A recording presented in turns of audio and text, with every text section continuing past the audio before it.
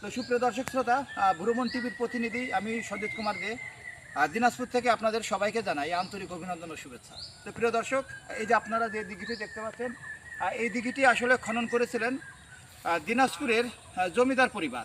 তো আজকের যে দিনাজপুর, এই দিনাজপুরের অনেক বড় অংশই কিন্তু এখন আমাদের পার্শ্ববর্তী দেশ ভারতের ভিতরে রয়েছে। সেখানে এখনও উত্তর দিনাজপুর আছে।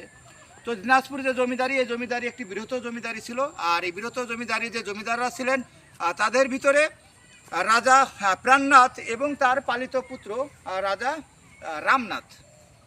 তো মূলত তারা তাদের যে জমিদারির বৃহত্তর কারণে তারা জমিদার থেকে রাজা উপাধিতে ভূষিত হয়েছিলেন। আর এই দিঘিটি খনন করেছিলেন জমিদার রাজা রামনাথ। তো রাজা রামনাথ, তার রাজত্বকাল ছিল 1722 থেকে 1760 খ্রিস্টাব্দ পর্যন্ত।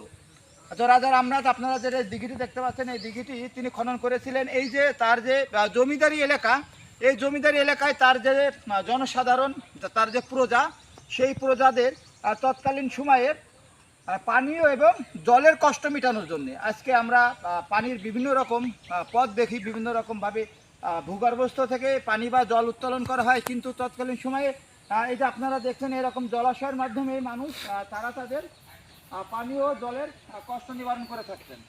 তো দিনাজপুর আসলে আপনারা অবশ্যই এই যে রামসাগর দিঘি পরিভ্রমণে অবশ্যই ভুল করবেন না। পাশাপাশি এই যে দিনাজপুরের জমিদার পরিবার, সেই দিনাজপুরের জমিদার পরিবার তাদের যে অসাধারণ অবিস্মরণীয় কীর্তি কান্তজির মন্দির, সেই কান্তজির মন্দির কিন্তু এই দিনাজপুরে অবস্থিত।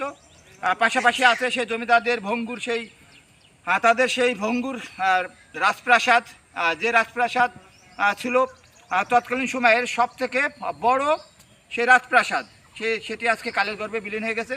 তো এখনও পর্যন্ত আপনারা যে দিঘিটি দেখতে পাচ্ছেন, এই যে রামসাগর, এই রামসাগর দিঘিটি এবং কান্তিজির মন্দিরটি এখনও পর্যন্ত আছে। তো প্রিয় দর্শক, এই ছিল ভ্রমণ টিভির রামসাগরের